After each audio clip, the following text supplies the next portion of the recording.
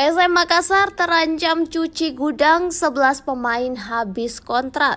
Situasi panas tengah menyelimuti PSM Makassar jelang akhir musim. Sebanyak 11 pemain dipastikan akan habis kontrak dalam waktu dekat, memicu ancaman cuci gudang yang bisa mengguncang fondasi tim berjuluk Cuku Eja.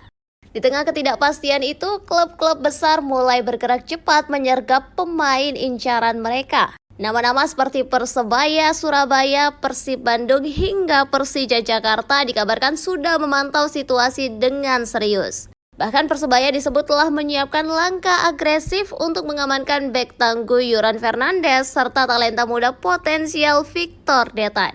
Jika manajemen PSM tidak segera mengambil langkah strategis, eksodus pemain inti bisa menjadi kenyataan pahit yang berdampak langsung pada performa tim musim depan. Salah satu yang membuat situasi ini semakin krusial adalah fakta bahwa mayoritas pemain yang kontraknya habis merupakan tulang punggung tim. Sosok seperti Muhammad Arfan dan Rizky Eka Pratama bukan hanya pemain, tetapi juga simbol identitas lokal PSM.